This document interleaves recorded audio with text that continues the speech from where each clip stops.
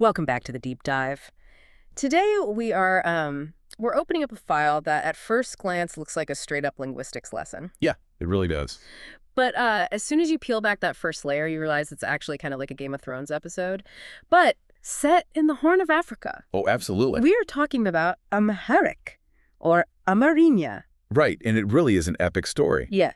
Because you can't really talk about the history of Ethiopia without talking about the operating system it runs on. Right. And that operating system is Amharic. That is the perfect way to frame it, the operating system of the region. Now, the source material we have for this deep dive is pretty dense. It is. We've got history, sociolinguistics, political decrees, even some poetry in there. A lot of poetry, actually. Right. And the big headline here, the thing the sources keep coming back to, is that Amharic is described as a language of empire and modernity, which, I mean, that sounds incredibly grand for what started out as just a regional dialect. It does sound grand, but it's earned.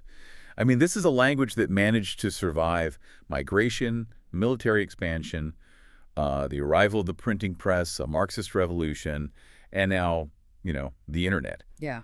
It has this resilience that is, frankly, just startling when you compare it to other ancient languages that have, just faded into obscurity over time.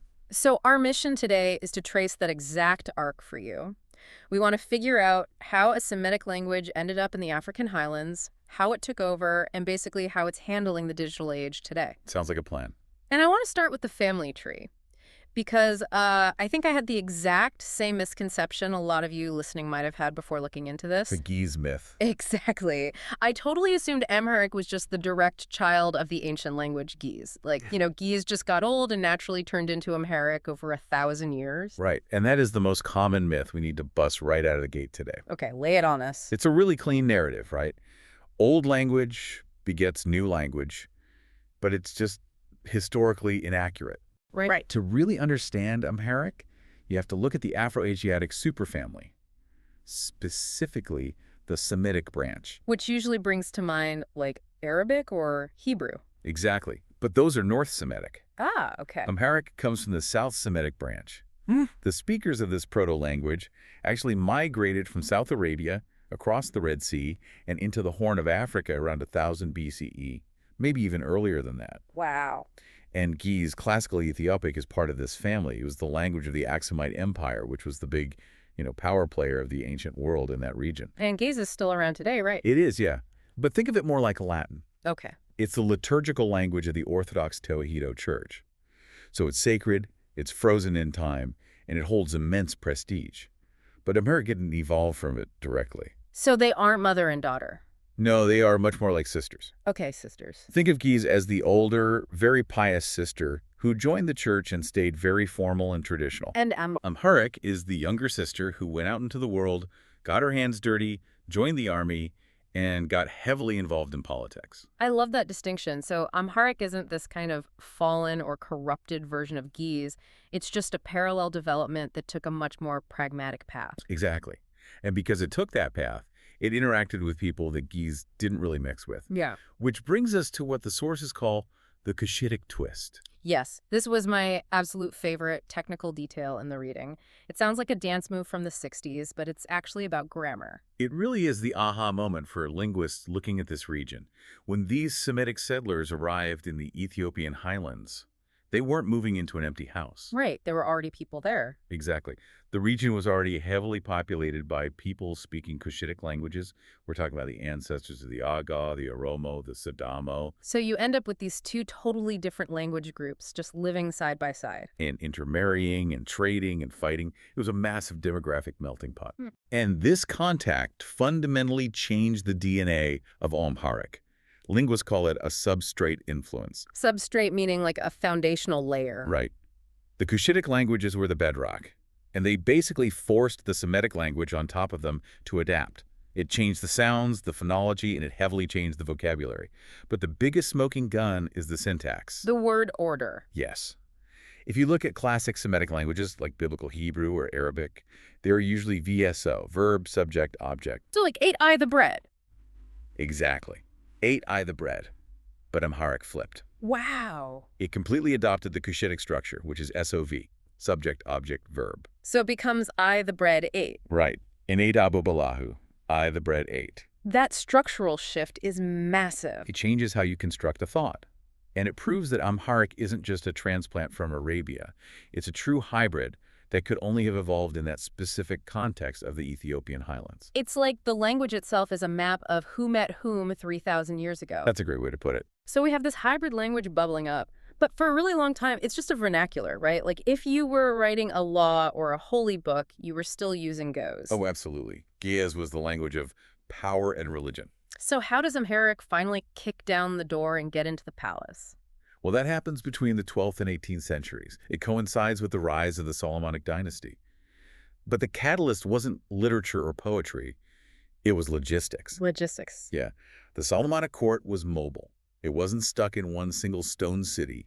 It was a roving military capital that was moving south into the Amhara region. Wait, a mobile capital? Yeah, think of it as a massive moving city of tents. Oh, wow. You've got soldiers, courtiers, supply lines, families. We're talking about managing thousands and thousands of people on the move. Right, and you can't run a mobile military camp using an archaic, ritualistic language like gaze. Exactly. You need something fast, something the soldiers actually speak, something for the daily grind of organizing a camp.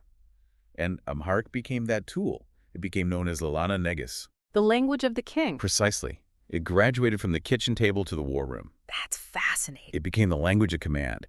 And once the king is speaking it to his generals, Yeah. it gains instant prestige. Of course it does. So we start seeing the very first written records of Amharic appearing in the 14th century, Yeah. usually as songs of praise to the emperor. And what's cool is they often mix Ge'ez and Amharic together. So you can literally see the transition happening in real time on the page. Exactly. And as it becomes this language of high culture and the court, it starts to develop its own literary devices. Which brings us to this concept of wax and gold, or riakiwalawa. Yes, Reiki Weloa. I have to say, this concept blew my mind when I was reading the sources. It makes English sarcasm look incredibly blunt. Oh, it really does. It is arguably the most sophisticated aspect of Amharic culture. It transforms the language from just a basic tool of communication into a highly complex puzzle. So for anyone listening who hasn't read the notes, break this down for us. What is the wax and what is the gold? Okay, so the metaphor comes from the lost wax technique of casting gold. Have you heard of that? A little bit, yeah. So you sculpt a form in wax, you cover it in clay, then you melt the wax out, and you pour in the molten gold to get the final valuable shape inside. Okay, track. In speech or poetry, the wax is the surface meaning, the literal sentence you just said. It's usually harmless, polite, or just standard grammar. And the gold. The gold is the hidden meaning, the core message that you poured into that mold. And usually the gold is where the critique, the insult, or the double entendre lives. Give us a hypothetical example of how this would actually play out in a conversation. Sure. Let's say you are a poet in the court of a powerful warlord, and you are really not happy with how he's treating the local peasants. But you can't just walk up and say, hey, you're a cruel tyrant. Exactly, because you'll lose your head, literally. So instead, you write a poem where the wax the surface praises his incredible strength and talks about how he crushes the rocks. That's the compliment. But the gold, based on a clever pun or a double meaning of the Amharic word for rock, implies to everyone listening that he is actually crushing the people. So if the warlord gets mad, what do? Just point to the wax. Exactly. You claim totally plausible deniability. You say, oh no, Your Highness, I was strictly talking about geology. I was complimenting your strength. That is brilliant. It's a linguistic survival mechanism. It really is. And it trained an entire population to listen on two frequencies at once. In traditional Amharic culture, you never just hear what is said. You are constantly scanning the sentence for the hidden layer. It seems like that would make basic trust kind of difficult, but it also makes conversation an absolute art form. It values intelligence and wit over just blunt force. And that tradition is still very much alive today. It's honestly why Amharic poetry and song lyrics are so incredibly difficult to translate into English. Because you translate the wax, you miss the gold entirely. You completely lose the actual point of the poem. Okay, so moving into the modern era, the 19th and 20th centuries. Because this is where Amharic goes from being the language of the royal court to the language of an entire nation. The sources talk a lot about the imperial expansion under Menelik II. Yes, this is a major pivotal moment. Under Menelik II, the Ethiopian Empire expands significantly to the south and to the east. Right. And suddenly, the borders of the empire include Somalis, Garages, Walaitas, literally dozens of different ethnic groups, all with their own distinct languages. So you have an absolute administrative nightmare on your hands. Precisely. How do you govern that? Right. The solution was to impose Amharic. It was made the mandatory language of the judiciary, the local administration, and crucially, the army. The army. Yes, the army was the great melting pot of the empire. If you wanted to serve, you learned Amharic. So it wasn't necessarily that people woke up and chose to learn it because they loved the wax and gold poetry. No, not at all. They learned it because it was the key to social mobility. It was a strict necessity. Yeah. If you wanted to win a court case or talk to the regional governor or trade goods across different regions, you had to speak Amharic, period. And that created a massive base of second language speakers. A huge base, yes. And then technology enters the chat. The printing press arrives in the early 19th century. You really cannot overstate how important the printing press was for this language. Because before print, it was mostly oral, right? Exactly. Before print, Amharic was very fluid. It changed heavily from region to region. The spelling wasn't totally fixed. Yeah. But once you start mass-producing newspapers, Bibles, and school textbooks, You have to make choices. you have to standardize. The printing press basically froze the language into a coherent national system. It turned a fluid oral culture into a highly fixed written one. And then Emperor Haile Selassie takes that standardization later on and essentially puts it on steroids. The sources call it the Amharization policy. Yes. This was a very deliberate, aggressive nation-building project. Haile Selassie made Amharic the sole medium of instruction in primary schools across the entire country. Wow. The whole idea was to create one unified Ethiopian identity.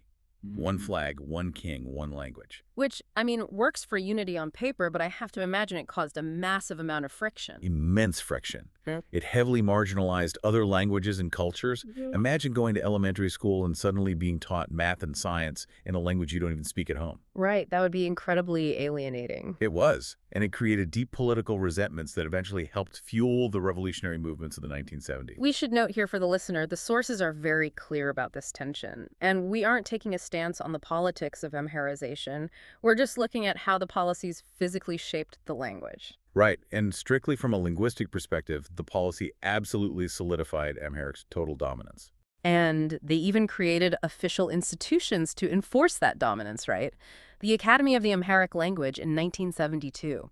I always find it fascinating when governments try to engineer vocabulary. It is fascinating. They realized that for the country to truly modernize, the language had to modernize with it. Yeah. They didn't want to just lazily borrow English words for everything. They wanted Amharic to be capable of describing science and technology on its own terms. Exactly. The examples in the notes are so good. Let's look at the word silky. Silky is a perfect example of internal adaptation. The word originally referred to wire, or early on, a telephone line. Right. But as technology evolved, the academy and the people let the word stretch. Now, silky is just the standard everyday word for a mobile phone. So they didn't just adopt the English word cell phone. They evolved their own term. Right. And what about mend? Menged originally means road or path. But in the digital age, it was adapted to mean a website or a hyperlink. I love that. That is surprisingly poetic. A website is a road for your mind. It really shows the underlying logic of the language. It prefers to build from its own ancient roots rather than just importing foreign concepts wholesale. So the emperor builds this massive linguistic infrastructure. But then 1974 happens, the revolution. Yes. The emperor is overthrown, and the Derg, which is this Marxist-Leninist military junta, takes over. Now, you'd think a communist regime that completely hated the old monarchy would want to instantly scrap the language of the king. You really would think that. But practically speaking, they couldn't. Why not? Because the Derg had a radical new ideology, socialism, but they desperately needed a way to explain it to the masses. Oh, I see. How do you tell a rural farmer about the proletariat or dialectical materialism? You have to use the language they already understand. So they just co-opted Amharic. Completely co-opted it. They used Amharic to spread socialist propaganda far and wide. The content obviously changed. It was less wax and gold and much more workers of the world unite, but the vehicle remained exactly the same. That's a wild irony. It is. In a weird twist of fate, the Derg's aggressive literacy campaigns actually spread Amharic deeper into the rural countryside than the emperors ever managed to do. They used the tool of the old empire to preach the new revolution. Exactly. But the real structural change to the language policy comes later, right? In 1995, the current constitution, the notes describe this as a massive U-turn. It was a massive decentralization of language. The new constitution formally ended the policy of Amharicization once and for all. Right. It divided the country into ethnic-based regions and gave each region the constitutional right to use their own languages for local administration and schooling. So suddenly, Oromia could use Afan Oromo in schools, Tigray could use Tigrinya, Amharic effectively got demoted. On paper, yes. It went from being the sole official language of the entire country to being just the working language of the federal government. So here's the big question. Did it die? I mean, did people just stop speaking it once the federal government stopped forcing them to? That is honestly the most interesting part of this whole story. The answer is no. In fact, you could strongly argue its everyday influence actually grew. Why? If the schools aren't forcing the kids to learn it anymore, why keep using it? Because of the network effect. Okay. By 1995, Amharic had been the boss for so long that it was deeply entrenched as the established lingua franca. So if an Oromo merchant travels to do business with a Somali merchant in a city like Dire Dawa, they likely don't speak each other's mother tongue. So what do? They switch to Amharic? They switched to Amharic. It's the bridge. It's the common denominator. Exactly. It became the language of trade, of urbanization, of pop culture. It essentially grew beyond the control of the politicians. It survived because it was highly useful to regular people, not just because a king mandated it. Wow. Today, it's the second most spoken Semitic language in the entire world, right behind Arabic.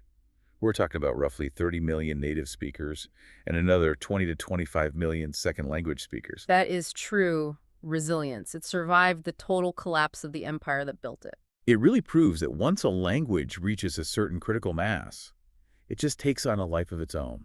Which brings us to the present, the digital age. Usually when we do deep dives into ancient languages and modern technology, it's a story of struggle. But Amharic seems to be totally thriving online. It's remarkably robust. Right. One of the biggest hurdles for a lot of African languages is the script. Amharic uses the Fidel, which is that beautiful, highly distinct script. Right. And for a long time, early computers just didn't like it. The formatting was a nightmare. But once Fidel was fully integrated into Unicode, everything changed overnight. So you can just text in Fidel now. You can text, you can tweet, you can write Python code comments in it. It fully crossed the digital divide. That's huge. And because of that, you had this massive, thriving online culture. Ethiopian would fits right into this too. The local film industry is huge. But social media is where the language is really evolving in real time today. How so? Like, is it changing the grammar again? Well, just like the Kachik twist changed the grammar centuries ago. The internet is introducing a ton of English loanwords and digital slang. But what's really fascinating to me is how Wax and Gold is adapting to platforms like Twitter. Oh man, that makes total sense. Twitter is basically custom built for Wax and Gold. It really is. The character limit, the need for snark, the whole concept of subtweeting, it's all highly compatible with the traditional Ethiopian mindset of double meaning. Right. You can post something that looks exactly like a polite compliment to a local politician, but everyone in the comments knows it's actually a devastating burn. It's ancient poetry meeting modern trolling. In a way, yes. It just shows that the cultural mindset behind the language is just as durable as the vocabulary itself. So when we zoom out and look at this whole timeline, from the ancient migration across the Red Sea to the mobile tent courts to the Marxist slogans and now to the smartphone screen, what is the big takeaway here for you? Why does the story matter to us? I think it fundamentally challenges the way we normally think about nation building. We often focus on borders or treaties or armies. But in Ethiopia's case, Amharic was the binding agent. The operating system. Right. It's the software that allowed an incredibly diverse, mountainous, complicated region to actually function as a unit. It's a tool that allowed people to talk to each other across very deep ethnic lines. It's a connector. It is. And beyond the politics, the survival of the wax and gold tradition teaches us something really important about nuance. How so? We live in a digital world that is very literal and very binary. You are either 100% for something or 100% against it. Right, there's no middle ground online. But Amharic's history reminds us that communication is an art form. It's about ambiguity. It's about respecting the listener enough to let them find the hidden meaning for themselves. That is a great point. We could definitely use a little less literal shouting and a little more gold in our public discourse. Well, before we wrap up this deep dive, I want to leave you, the listener, with a final thought to mull over. We talked about how the printing press essentially froze the language and standardized it. Right. And we talked about how wax and gold completely relies on deep cultural context, knowing the hidden codes of the society. But as we rush headlong into this new era of AI and real-time machine The translation, new frontier. it really is. Think about it. If I can point my phone at a sign in Addis Ababa or record a speech and get an instant English translation on my screen, what happens to the gold? That's a great question. Can a software algorithm ever really understand the hidden poetic layer of a culture? Or, to make it easier for the machines to understand us, will we eventually just start speaking only in wax? That is a profound risk. Yeah. We might end up simplifying our own thoughts just to fit the limits of the tools we use. It's definitely something to chew on the next time you hit that translate button on your browser. Amharic has survived literally everything else history has thrown at it. We'll have to see if its poetry can survive the algorithm. Thanks for diving in with us today. Always a pleasure.